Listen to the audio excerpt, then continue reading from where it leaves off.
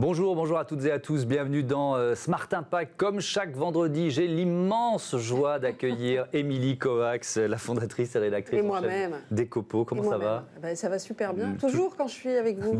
C'était déjà une première bonne nouvelle. On va pouvoir démarrer l'émission alors, puisque c'est ça. Comme chaque vendredi, on vous propose le grand entretien. Et aujourd'hui, notre invitée, c'est Mathilde Dury, la directrice du groupe Norcys et présidente du Centre des jeunes dirigeants de Lille Métropole. Elle participera à notre débat qui s'intéressera aux solutions pour réussir à concilier transition écologique et survie de l'entreprise avec Arnaud Leroy, le président de l'ADEME.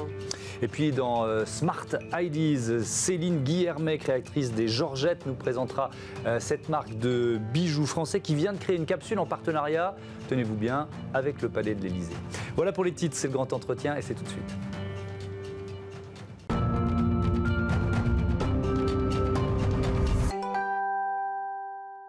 Et notre invitée, c'est donc Mathilde Dury. Bonjour. Bonjour. La directrice du groupe Norcys. Vous nous expliquerez ce que vous faites et en quoi il y a des enjeux du numérique responsable qui sont essentiels évidemment, mais aussi présidente du CJD, Centre des jeunes dirigeants de Lille Métropole. Vous vouliez qu'on parle de ce livre, La Perma-entreprise, livre de Sylvain Brezard. Donc c'est quoi ? C'est comment adapter l'entreprise et tirer des leçons de ce qu'on fait en agriculture, c'est ça ? Alors, on a fait le constat que la RSE, elle existe depuis un certain temps. Et c'est comme certaines lois sur l'égalité où elles existent, mais on voit que ça ne bouge pas assez vite. Eh bien, on a mené une réflexion sur un nouveau modèle de développement d'entreprise qui va plus loin que la RSE. Et donc, une idée est venue du fondateur de Norcys, Sylvain Brezard, de s'inspirer de la nature et des principes de design de la permaculture. Alors concrètement, comment ça se matérialise ? Vous vous inspirez de la nature et de la permaculture, du coup, pour faire en sorte que il y ait des interactions naturelles entre les gens, entre les différents métiers de l'entreprise ? Alors, la perma-entreprise, en s'inspirant de la permaculture, elle prend en compte 3 principes éthiques. Le premier, c'est prendre soin des humains. Le deuxième, c'est limiter les surplus et redistribuer les richesses. Et le troisième, c'est préserver la planète et sa biodiversité. Et donc, tout part de ça pour décliner ensuite des indicateurs, puis des indicateurs d'impact, des projets et des actions qui vont être portés par l'entreprise et par ses collaborateurs. C'est très proche de l'entreprise, de la société à mission, du coup. Oui, c'est très proche parce qu'une des étapes pourrait être de faire émerger sa raison d'être et de l'intégrer dans ses statuts. Ce qu'apporte la perma-entreprise, c'est vraiment cette base et ces fondements autour de ces 3 principes éthiques. Oui, puis il y a cette idée de sobriété d'une certaine façon. Ouais, alors, qui est un peu présente à tous les niveaux de la réflexion. Frugalité, oui, on peut dire ça aussi. C'est aussi beaucoup de termes à la mode. Ce qu'apporte ce livre et la perma-entreprise, c'est à la fois une prise de hauteur, sur les concepts, mais aussi une expérience de terrain de plus de 25 ans. Et ça, c'est important de dire aussi à tous les dirigeants que c'est pas un nouveau concept qui existe et qui est sorti d'une tête de quelqu'un qui n'a pas expérimenté. Oui. Voilà, c'est expérimenté depuis plus de 20 ans à Norcys. Et donc ce livre... collaborateurs Norcys, c'est 600 collaborateurs. C'est une entreprise dont le métier, c'est le développement de logiciels spécifiques. On nous appelle des ESN. Et donc on voit qu'on peut gagner de l'argent avec ce modèle de développement. Puisqu'effectivement, c'est la grande question et on nous challenge beaucoup là-dessus. Donc, Norcys, c'est des services numériques, développement de logiciels. Quand vous dites on applique les principes de la perma-entreprise depuis 25 ans, concrètement, ça veut dire quoi ? Ça veut dire que un premier principe, prendre soin des humains. Oui. Donc, ça a été de travailler avec tous les collaborateurs et les organes de gouvernance de la boîte pour s'interroger sur quelle va être notre raison d'être. Qu'est-ce que moi, en tant que dirigeante, j'ai envie de laisser comme trace ? Et donc, on s'est basé sur la méthode inspirée du Japon, que beaucoup utilisent pour leur histoire de vie, qui est la méthode Ikigai. Qu'est-ce que j'aime faire dans la vie ? Ce pourquoi j'ai envie d'être payée, ce dont le monde a besoin. Et donc ce travail, on l'a fait à la fois à titre personnel et à la fois partagé avec les collaborateurs pour faire émerger notre raison d'être. Et suite à cette raison d'être, on a essayé de décliner cette raison d'être avec des indicateurs. Quelle est cette raison d'être d'ailleurs? Alors, la raison d'être, notre raison d'être est en 3 étapes. Elle est de concevoir des usages du numérique efficaces avec une préoccupation humaine et éthique afin de contribuer à l'évolution positive du monde. Donc on y retrouve à la fois notre métier, qui est de concevoir des usages efficaces. Quand on a interrogé les collaborateurs sur des faits pour faire émerger cette raison d'être, voilà, quelque part, c'était à l'unanimité important qu'il y ait ce mot humain. Voilà. Parce que la solution justement de l'entreprise de demain, elle se trouve déjà au sein des collaborateurs et donc il faut notamment leur laisser la parole pour qu'ils puissent s'exprimer et faire peut-être émerger d'eux-mêmes des solutions pour une entreprise plus vertueuse et notamment dans le secteur informatique qui est effectivement très polluant actuellement. Quelles sont justement peut-être les solutions que Nord6 fait puisque c'est inscrit dans sa raison d'être?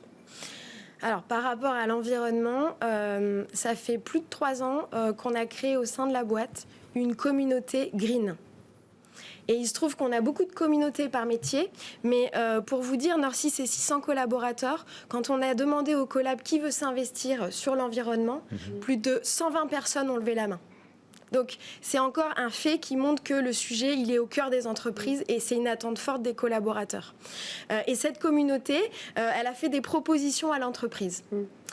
Et l'entreprise a également fait des propositions à cette communauté. Alors, on a créé vous en avez quelques-unes, oui, allez-y. Voilà, on a permis aux collaborateurs via un outil informatique de calculer son bilan carbone personnalisé. Et on a offert, pour compenser ce bilan, des arbres à planter 2 fois par an. Et j'imagine qu'il faut embarquer tous les fournisseurs également, vos clients, vers cette démarche-là plus vertueuse.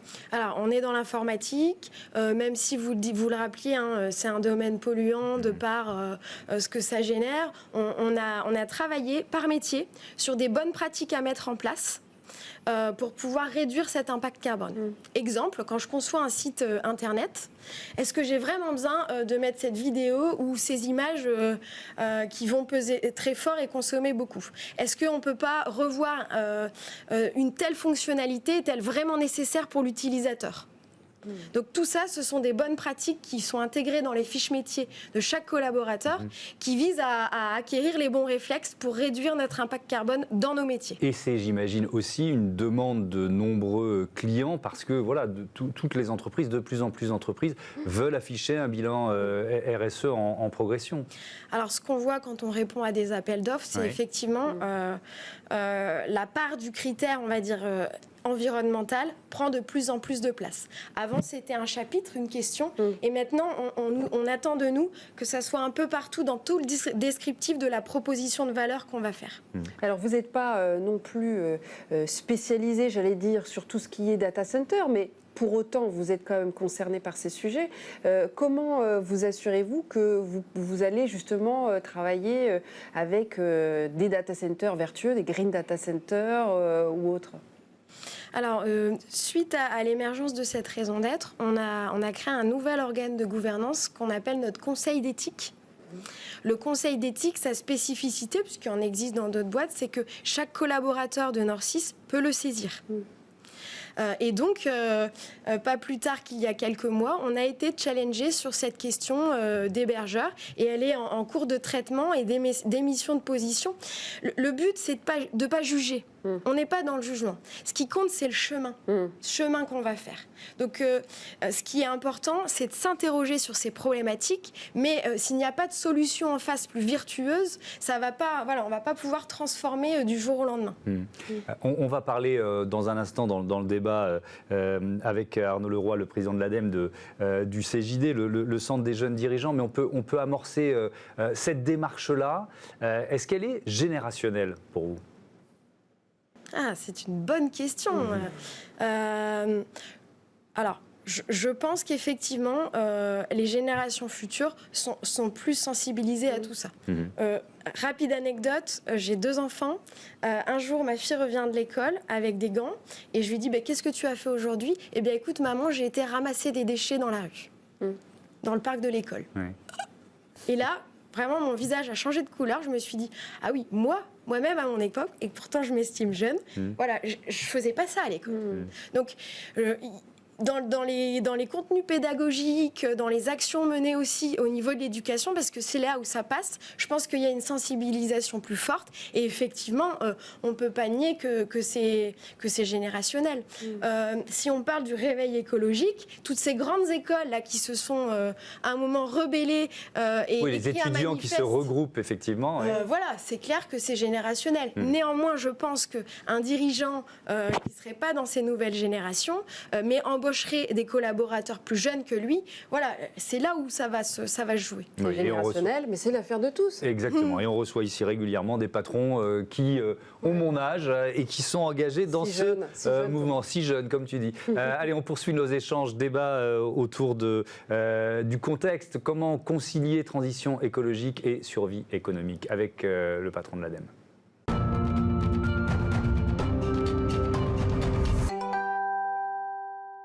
Comment concilier transition écologique et survie de l'entreprise? C'est le thème de notre débat du jour, avec toujours pour en parler Mathilde Dury, directrice du groupe Norsis et présidente du CJD de Lille Métropole, et Arnaud Leroy, président de l'ADEME, l'agence de transition écologique. Bonjour Arnaud Leroy. Bonjour.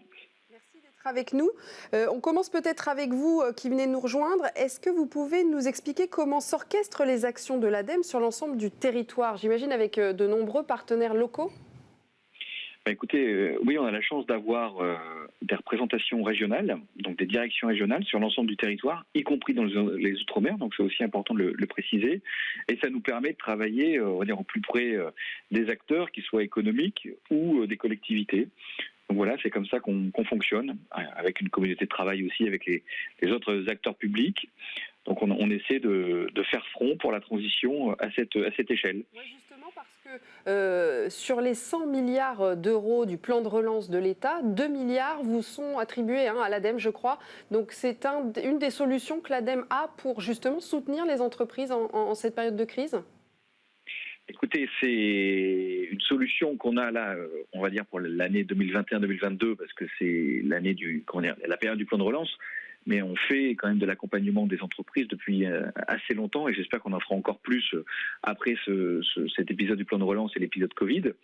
Donc on a 2 milliards, comme vous avez expliqué, sur une multitude d'actions. Donc on a 26 chantiers qui sont ouverts. Ça va de l'accompagnement de la petite PME qui veut commencer un travail notamment sur une qualification ISO, qui veut revoir son éclairage, qui veut s'équiper en garage à vélo, à des solutions techniques et des subventions beaucoup plus fortes et chères et importantes, notamment pour tout ce qui est aciérie, avec ArcelorMittal par exemple sur Fos-sur-Mer, où là on accompagne à hauteur de 22 millions d'euros. Et pour vous donner un autre exemple, l'autre bout de la chaîne, on accompagne la brasserie Pietra en Corse, qui se lance dans tout ce qui est management environnemental, voilà, sur une subvention beaucoup plus petite. Donc vous voyez, c'est assez varié. Et ça nous permet de toucher l'ensemble des cibles, des grands groupes internationaux comme des TPE, PME, y compris des restaurateurs qui s'intéressent aux biodéchets et qui, j'espère, quand ils pourront rouvrir, s'engageront aussi dans la transition. Alors, on va rentrer maintenant dans le thème précis du débat, comment concilier ces enjeux de transition écologique avec le contexte de crise économique lourde et les enjeux de survie de l'entreprise. Mathilde Dury, est-ce qu'au centre des jeunes dirigeants, vous sentez que c'est plus difficile de faire passer les arguments de la mutation, de la transition écologique depuis quelques mois ? Alors, le CJD, c'est 5700 adhérents au niveau national. Moi, je représente la section de Lille. On est 150 adhérents de dirigeants de TPE, PME. Aujourd'hui, ce mouvement patronal, il se dit avant-gardiste. Il se dit d'oser être des dirigeants autrement. Du coup, cette problématique de l'environnement et de la transition écologique, cette prise de conscience, elle existe déjà depuis plusieurs années. Et donc, il n'y a pas de frein, vous ne ressentez pas de frein dans cette population particulière, d'une certaine façon? Les freins et les attentes que peuvent avoir les dirigeants de PME, TPE, de par leur rôle un peu de couteau suisse, ils ne sont pas structurés comme des grosses boîtes. Donc, ils doivent faire l'administratif, les RH, le management et le business. C'est vrai qu'en ces temps qui courent, on est plus concentré sur le business et on peut laisser tomber le reste. Mais donc ce qui est important et nos attentes, c'est la simplicité, l'accessibilité, notamment sur ces sujets de transition écologique et énergétique. Donc si en face, on a des dispositifs simples à mettre en place, qui ne prennent pas des tonnes d'administratifs qui sont souvent, on va dire, qui peuvent rebuter des dirigeants de TPE, PME, ça va beaucoup faciliter la mise en place d'actions qui touchent la transition écologique et énergétique. Mais je crois que le CJD propose des outils très concrets à disposition de ces entreprises membres, de ces chefs d'entreprise, pour justement les aider pendant cette période particulière, notamment aux entreprises un petit peu en difficulté. Alors, effectivement, on a différents types d'outils. On a l'outil de groupe d'aide à la décision qu'on appelle GAD offensif ou défensif, qui est un peu la marque de fabrique du CJD, qui existe depuis très longtemps. Le CJD, c'est un mouvement patronal qui a été créé en 1938. Donc on a plus de 82 ans. Voilà, ça c'est un outil qu'on appelle Solidarité, qui vise à réunir différentes compétences autour du CJD pour résoudre une problématique. Mais on a aussi l'outil commission qui peut être thématique. Et nous, on expérimente aujourd'hui à Lille une commission qui vise à transformer le modèle d'entreprise des dirigeants vers un modèle plus vertueux, qui passe par le statut de société à mission avec l'émergence de la raison d'être et qui vise à aller même un peu plus loin en expérimentant un nouveau modèle de développement inspiré de la permaculture qui s'appelle la perma-entreprise. Alors, je reviens vers vous, Arnaud Leroy, avec la même question, question de conjoncture. Est-ce que la mutation, on en parle tous les jours dans cette émission, dans Smart Impact, on voit qu'elle est à l'œuvre, mais est-ce qu'elle est plus difficile à imposer ou en tout cas à démultiplier en période de Covid ? Alors c'est sûr, ça serait mentir de dire que les gens ont que ça à penser. Ce qui était peut-être, c'était vraiment très très haut sur l'agenda juste avant le Covid. Pour preuve, on avait fait beaucoup de choses nous avec la BPI qui avait bien marché, qui continue d'ailleurs à bien marcher. Moi, ce que je ressens, c'est que c'est devenu une priorité parmi d'autres, et notamment celle qui consiste à sauver son entreprise et pouvoir aussi assurer un avenir à ses employés. Donc voilà, donc nous on essaie justement de travailler sur des solutions de compétitivité. Je pense que c'est important de le dire et de le redire. C'est que s'embarquer dans la transition, c'est aussi un élément positif en termes de compétitivité. Quand vous travaillez sur l'éco-conception, que vous êtes capable de faire, je prends un exemple tout bête, la même chaise avec le même confort, le même usage, avec 25% de moins de ressources, vous gagnez en compétitivité. Et vous êtes parfois capable aussi de vous mettre dans une dynamique de conquête de marché, notamment à l'export. Donc voilà, c'est ça qu'on essaie de travailler, de construire avec les entreprises. Donc on les aide en subventionnant, je vous l'ai dit, certains équipements, en les aidant, en les challengeant aussi sur des études. Donc voilà, donc je crois qu'il y a encore la fenêtre est encore ouverte. Il faut accepter peut-être que ça prenne un peu plus de temps parce qu'il y a d'autres priorités qui viennent percuter cette ambition de transition écologique. Mais en tout cas, j'ai pas l'impression que la boussole soit cassée. Ce qui reste positif, et surtout, et je terminerai par là, vous avez évoqué tout à l'heure les 100 milliards du plan de relance. Il y en a 30 qui sont quand même fléchés sur la transition. Je prends des exemples. On prenait l'hydrogène. Donc voilà, il y a tout un écosystème à mettre en dynamique. Les entreprises répondent présent. Par exemple, sur des solutions d'avenir comme l'hydrogène, sur l'éco-conception, sur la question du plastique recyclé. Donc, on reste dans une dynamique. Mais c'est vrai qu'il y a d'autres priorités, notamment la priorité Covid sanitaire, qui vient perturber un peu le jeu. Et dans cette période-là, l'argent ne fait pas tout, il faut aussi changer les mentalités. Vous accompagnez aussi beaucoup sur le terrain ces entreprises-là ? Oui.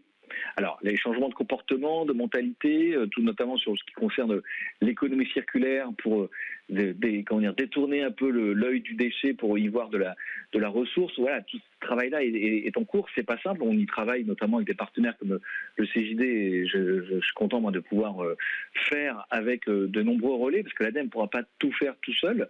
On a beaucoup de relais, que ce soit le centre des jeunes dirigeants. On essaie aussi d'embarquer les CCI. C'est pas toujours simple non plus, parce qu'il y a des nouvelles.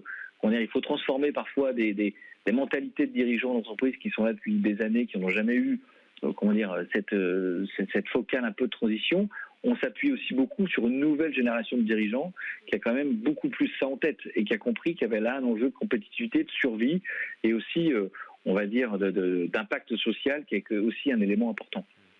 Mathilde Dury, est-ce qu'on pourrait même aller plus loin? Est-ce qu'on pourrait se dire qu'au contraire, cette période, qui est une période de remise en question, elle peut amener certains dirigeants justement à revoir leur modèle? Alors, un des leviers de l'entreprise, le dirigeant ne peut pas faire sans ses collaborateurs, sans ses salariés. Un des coûts cachés de l'entreprise, c'est le turnover. Et donc, je pense que nos collaborateurs nous poussent aussi à revoir notre modèle, à leur donner plus de sens, et ça passe par la transition écologique et énergétique. Donc c'est aussi un levier économique. Je veux dire, ça coûte cher de recruter, ça coûte cher de remplacer quelqu'un, ça coûte moins cher de garder les personnes, donc ça peut être un levier déterminant pour le dirigeant en fonction de l'écoute et de l'impact que peuvent avoir les collaborateurs sur le dirigeant. Mais vous n'avez pas tout à fait répondu à ma question de la conjoncture. Est-ce que c'est une période de remise en question du modèle de l'entreprise? Du modèle d'affaires. Quand on est confronté à une crise comme celle-là, qui est nouvelle, en tout cas, depuis, dans une histoire récente. Je vais répondre à votre question par un exemple. Donc là, je prends ma casquette Nord6, directrice du groupe Nord6. C'est vrai que nous, ça fait plus de 5 ans qu'on cherche à mettre en place le télétravail. Et donc, on autorise à hauteur de 2 jours par semaine nos collaborateurs à faire du télétravail. Notre métier, développement informatique, nous pousse à être en prestation chez des clients. Et c'est vrai que la crise Covid a accéléré la facilité de mise en place du télétravail. Parce qu'on a été contraints et forcés. Donc effectivement, je vous rejoins. Sous une forme de contrainte, on a été obligé. Là, on a fait confiance. On a formé nos managers à faire confiance à distance et un nouveau pilotage des projets à distance. Donc, effectivement, la prise de conscience était là, mais il y a eu un passage à l'action. D'accord. Même question, Arnaud Leroy. Est-ce que vous diriez que c'est une période propice au questionnement stratégique? Moi, je rejoins ce qui vient d'être dit sur la place et les questionnements qui sont aussi posés par les collaborateurs et les jeunes entrants sur le marché du travail. Vous voyez des expressions comme le réveil écologique, en tout ça, on voit très bien, en tout cas on le voit nous dans nos contacts qu'on a, notamment dans les comités partenaires, qu'il y a un vrai questionnement. Donc sur la place de l'entreprise, sur ce qu'on y fait, ce qu'on y trouve en tant que salarié ou employé. Donc voilà, donc je pense qu'il y a un vrai questionnement, ouais. Merci beaucoup, merci à tous les deux d'avoir participé à ce débat. On passe tout de suite à Smart Ideas, une start-up à l'honneur. Smart Ideas avec BNP Paribas. Découvrez des entreprises à impact positif.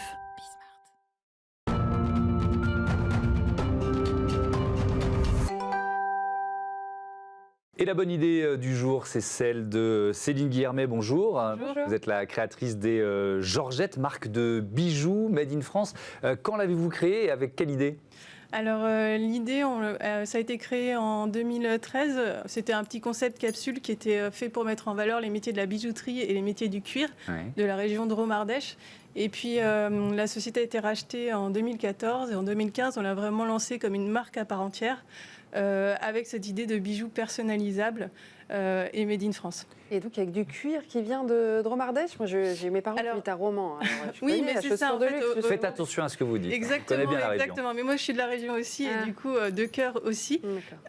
Donc, en fait, c'est la façon qui était au début réalisée au tout début de la capsule. Et puis après, on a racheté la société Texier, donc société bretonne à Vitré, qui nous a fait la façon des cuirs. Donc les cuirs, on les achète en Italie, en France, selon ce qu'on désire comme couleur, comme matière. Et ensuite, la façon est réalisée en Bretagne, chez Texier. Alors, est-ce que justement, c'est un défi facile à relever ou est-ce que c'était des savoir-faire, des métiers un peu en perdition? En fait, le plaisir de cette marque, les Georgette, c'est qu'elle a remis en lumière les savoir-faire de cette usine et de cette entreprise. Donc, c'est une usine centenaire depuis 1905, donc avec des métiers centenaires de la bijouterie et aussi avec cette particularité de capacité à industrialiser l'artisanat.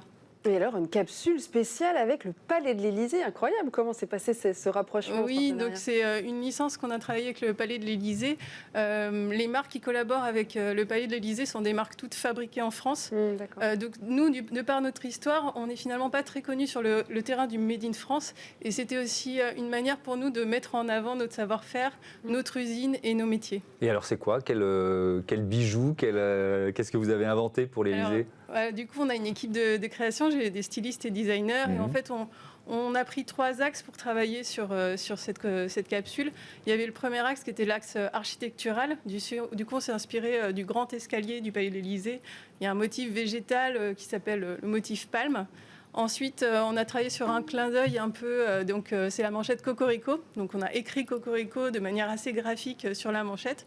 Et puis, symbole de la liberté avec l'interprétation de la Marianne.